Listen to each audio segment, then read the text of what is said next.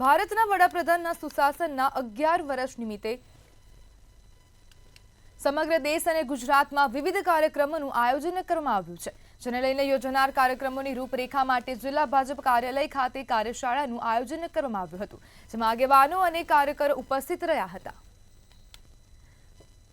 ગુજરાત પ્રદેશ ભાજપના પ્રવક્તાએ યોજાનાર સંકલ્પથી સિદ્ધિના કાર્યક્રમો અંગે વિસ્તૃત માર્ગદર્શન આપ્યું હતું. જિલ્લા ભાજપ પ્રમુખે જણાવ્યું કે જિલ્લાની કાર્યશાળા બાદ દરેક મંડળની કાર્યશાળાનું પણ આયોજન કરવામાં આવશે.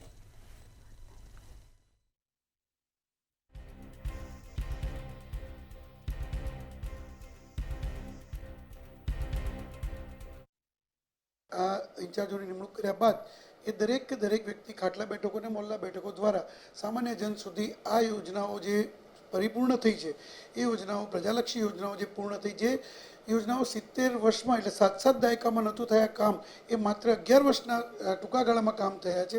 એ તમામ કામોની સામાન્ય જન સુધી પહોંચે એનું કાર્ય ભારતીય જનતા પાર્ટીનો કાર્યકર્તા કરશે. એના માટેની આજે આ કાર્યશાળા છે. વરસાદના એક ટીમ્પાનું, પાણીના ટીમ્પાનો સદુપયોગ થાય અને એના માટેના કાર્યક્રમોનું પણ આયોજન થવાનું છે. વયવંદના જે 70 વર્ષથી ઉપરના દરેક વડીલોને આયુષ્માન કાર્ડ મળી રહે એ માટે ભારતીય જનતા પાર્ટીના કાર્યકર્તા દરેક ઘરે જઈ અને જેમને પણ નથી મળ્યું એમને મદદ કરી અને આયુષ્માન કાર્ડ અપાવવા માટેનો પ્રયત્ન કરવાના છે.